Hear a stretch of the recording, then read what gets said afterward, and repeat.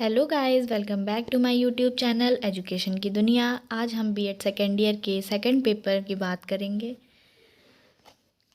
Assessment of learning and action research. तो उसमें हमारी फर्स्ट यूनिट है असेसमेंट, मेजरमेंट एंड इवैल्यूएशन। तो उसमें आज हम पहले मेजरमेंट और इवैल्यूएशन के बारे में बात करेंगे और नेक्स्ट वीडियो में असेसमेंट के बारे में बात करेंगे। तो गाइज हम अपनी वीडियो स्टार्ट करते हैं। तो मैं आपको बुक से नहीं, मैं अपने इजी वे में जो मैंने नोट्स बनाए मैं उससे पढ़ाऊँगी आपको और उस पर समझाऊँगी आपको, ठीक है। तो वीडियो मैं स्टार्ट करती हूँ। सबसे पहले मेज़रमेंट के बारे में बात करेंगे। तो मीनिंग ऑफ मेज़रमेंट देखते हैं। In very simple language, to measure and show the weight, length and volume of an definite unit is called measurement। मतलब कि बहुत ही सिंपल लैंग्वेज में इसने कह दिया है कि जहाँ पे हम किसी चीज़ को मीज़र करते हैं और फिर उसके बाद उसको शो करते हैं, मतलब कि जैसे वेट, लेंथ एंड वॉल्यूम। तो आप एग्जांपल से देख सकते हैं, लेंथ ऑफ क्लोथ्स। तो जो क्लोथ्स होते हैं उनकी लेंथ हम मेज़र करते हैं, उसके बाद तभी तो बताते हैं ना, तभी शो करते हैं कितनी लेंथ है उसकी, कितने कपड़ा कितने मीटर है। Volume of milk in litres, person weight in KG. तो आगे हम बात करते हैं डेफिनेशन ऑफ मेज़रमेंट की, ठीक है। तो पहले हम स्टीवेंस के अकॉर्डिंग देखेंगे। डेफिनेशंस तो मैं अपने मन से लिख नहीं सकती थी, तो वो इन्हीं के अकॉर्डिंग है।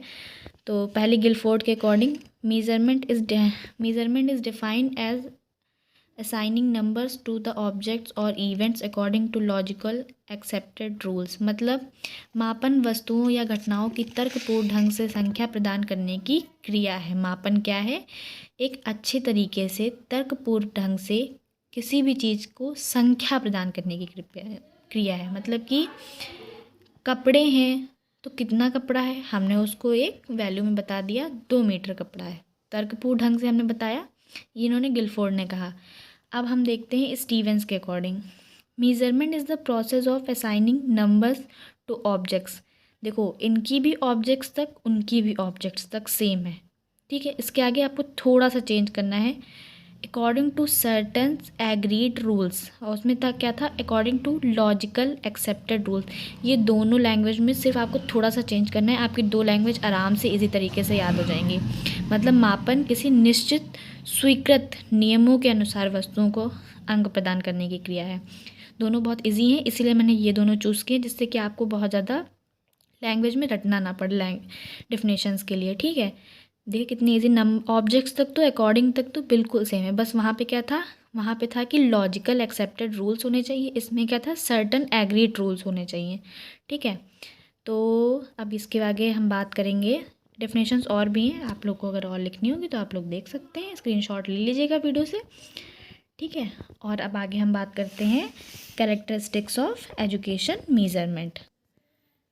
The unit of measurement is not fixed, ठीक है। मतलब कि जो मेज़रमेंट की यूनिट होती है वो फिक्स नहीं होती, वो चेंज हुआ करती है टाइम टू टाइम अपने अकॉर्डिंग। कभी 4 मीटर, कभी 5 मीटर, कभी 10 मीटर, कुछ भी हो सकता है। There is no any absolute in 0 points. कभी भी 0 पॉइंट में नहीं होती, अगर मेज़र कर रहे हैं तो कुछ ना कुछ होगा। Based on proper direction but not direct.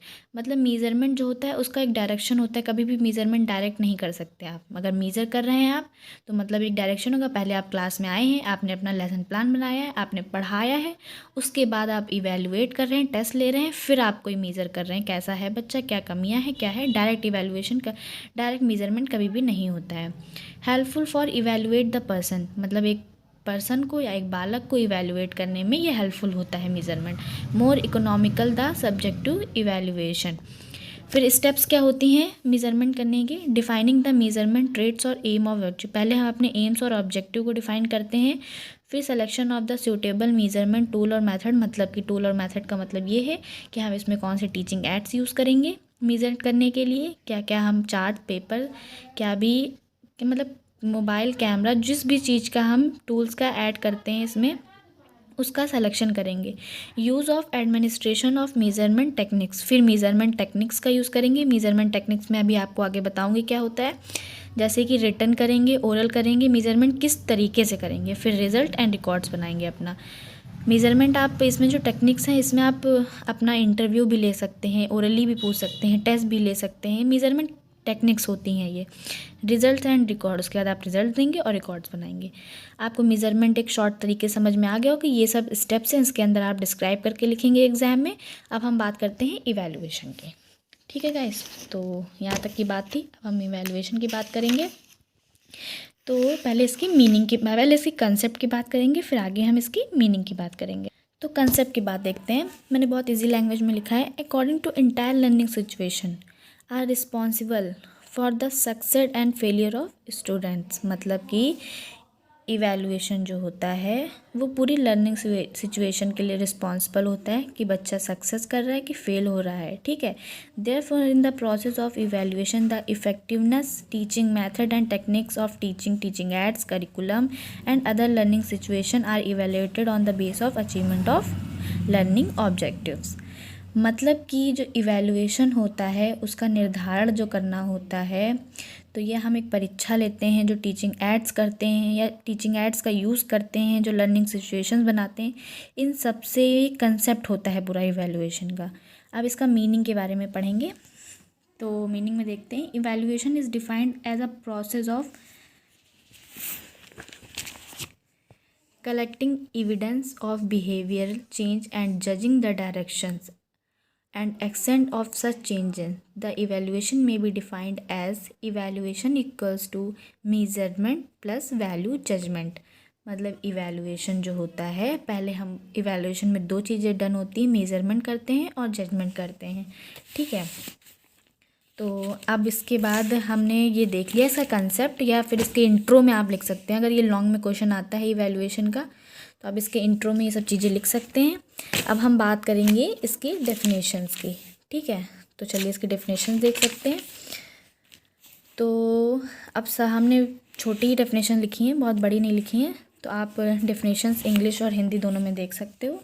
ये देखिए हैं, ठीक है, गुड्स के अकॉर्डिंग, सहयोगी के अकॉर्डिंग, गेज के अकॉर्डिंग, ठीक है, और कीवलन और हन्ना के अकॉर्डिंग। तो कीवलन और हन्ना के अकॉर्डिंग मुझे इजी लगी थी, इसलिए मैंने उनकी लिखी है। तो आप देख सकते हो, evaluation is the process of gathering and interpreting evidences on changes in the behaviour of peoples as they progress through school. मतलब विद्यालय द्वारा बालक के व्यवहार में लाए गए परिवर्तनों के संबंध में प्रमाणों के संकल्प और उनकी व्याख्या करने की प्रक्रिया को मूल्यांकन कहते हैं। ठीक है, और दूसरी आप देख सकते हैं गैरेट के according, evaluation is the group of that type of examination question which are prepared by the treatment of any skill और एबिलिटी। ठीक है, ये हो गई गैरेट के अकॉर्डिंग। अब हम बात करते हैं कैरेक्टरिस्टिक्स ऑफ इवैल्यूएशन। मैंने इसको शॉर्ट तरीके से लिखा है समझने के लिए, आप इसको इसके अंदर डिफाइन भी करोगे जब इसकी कैरेक्टरिस्टिक्स लिखोगे वहाँ पे एग्ज़ाम में। तो इसके कैरेक्टरिस्टिक्स की बात करते हैं। Evaluation is the comprehensive process, evaluation is the continuous process. मतलब जो इवैल्यूएशन होता है वो कॉम्प्रिहेंसिव होता है और कॉन्टिन्यूस दोनों ही होता है। ठीक है, और evaluation is the purpose oriented. मतलब इवैल्यूएशन के पीछे हमेशा कोई ना कोई पर्पस होगा। मतलब आप इवैल्यूएट कर रहे हो तो बच्चे की शक्तियाँ जानने को, बच्चे का इंटरेस्ट जानने को, बच्चे की एबिलिटी जानने को, उसके स्किल्स जानने के लिए इवैल्यूएट कर रहे होगे। Evaluation is procedure in improving the product, evaluation is purpose oriented. 2 बार हो गया, सॉरी ये पॉइंट। मतलब कि यह शिक्षा प्रणाली का अभिन्न एवं आवश्यक अंग भी होता है इवैल्यूएशन से हम एक भविष्यवाणी भी की जा सकती है कि बच्चा किस में इंटरेस्ट है, किस में नहीं। ये सब इस कैरेक्टरिस्टिक्स में लिख सकते हैं। इवैल्यूएशन में अनेक परीक्षाओं का समावेश होता है। इवैल्यूएशन जो होता है वो ये भी मापन करता है किसी बालक के निश्चित उद्देश्य क्या हैं। इसमें मतलब धन और समय की अधिक आवश्यकता होती है। ये सारे इसके कैरेक्टरिस्टिक्स हैं। आप अपने हिसाब से इवैल्यूएशन आप समझ के और लिख सकते हो पॉइंट्स में। ठीक है, इवैल्यूएशन जो होता है मतलब टाइम टू टाइम चलता रहता है, अगले स्तर के लिए हमें समझाता है। ये सब कैरेक्टरिस्टिक्स हैं इसके, आप लिख सकते हो। अगर आपको हिंदी में चाहिए तो आप हिंदी में भी लिख सकते हो, आपको इंग्लिश में चाहिए तो आप इंग्लिश में लिख सकते हो। ठीक है, तो उसके बाद हम बात करेंगे, नेक्स्ट है हमारा factors of evaluation. Factors of evaluation में जो होता है, जो इवैल्यूएशन होता है 2 फैक्टर्स में होता है। पहला होता है the process have done to be undertaken in evaluation, the measurement, फिर analysis of the data obtained from measurement. मतलब कि जो पहले तो हम मीज़रमेंट करेंगे, ठीक है। हमने पहले आपको बताया था इवैल्यूएशन मतलब क्या होता है, मीज़रमेंट plus value judgement.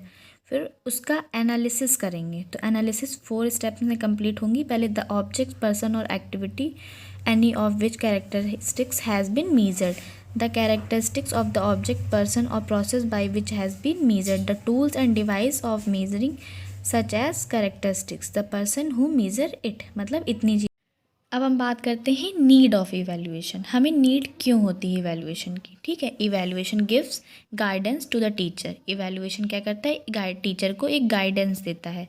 Helps to make the body and mind discipline, हमारी बॉडी और माइंड को एक शांत प्रभाव देता है, जिससे इवैल्यूएट कर पाते हैं, तभी हम समझ पाते हैं कि क्या कमियां हैं, क्या अच्छाइयाँ हैं, या क्या हमें सुधार करने की ज़रूरत है। Help the teacher to find the difficulties, problems and weakness of the student, मतलब टीचर्स को हेल्प करता है बच्चों की कमियां, प्रॉब्लम्स और वीकनेस को फाइंड करने में। क्लियरिफाइज द ऑब्जेक्टिव ऑफ लर्निंग, और जो लर्निंग के ऑब्जेक्टिव होते हैं उनको क्लियरिफाई करता है। तो ये सारे पॉइंट्स जो हैं हमारे इवैल्यूएशन की नीड्स के लिए हैं। इसमें बहुत से पॉइंट्स आप और भी लिख सकते हैं, ठीक है। अब बात आती है टेक्निक्स ऑफ इवैल्यूएशन। तो जो टेक्निक्स होती हैं वो मैं आपको दिखाती हूँ। देखिए, जो टेक्निक्स ऑफ इवैल्यूएशन होती हैं कई तरीके की होती हैं। देखिए, एक टेस्टिंग होती है जिसमें आप लिखित और आपकी ओरल परीक्षा होती है। आपकी प्रोजेक्टिव टेक्निक्स होती हैं जिसमें written exam, oral exam, practical exam, observation, interview method, checklist, ये जितने भी हैं, ये रिकॉर्ड्स, पीपल प्रोडक्ट एग्जामिनेशन, ये सब होते हैं। और आपकी सेल्फ रिपोर्ट टेक्निक्स होती हैं, ठीक है। इसमें क्या होती है, आपकी जांच सूची, निर्धारण मापनी, संचय आलेख, गैस हू तकनीक, मतलब ये सब क्या है आपके, ये सब टेक्निक्स हैं किस किस तरीके से आप इवैल्यूएशन कर सकते हैं। तो आप ये सब देख सकते हैं पॉइंट्स। मैंने थोड़े से पॉइंट्स लिखे हैं, अपने समझने के लिए लिखे थे, तो मैंने आपके साथ शेयर कर दिया है। अब नेक्स्ट वीडियो में हम बात करेंगे इसके टाइप्स के बारे में कि इवैल्यूएशन कितने टाइप्स के होते हैं, ठीक है। तो तब तक के लिए आप मेरे चैनल को सब्सक्राइब कर दीजिए और बेल आइकन को क्लिक करना मत भूल लीजिएगा। Thank you so much.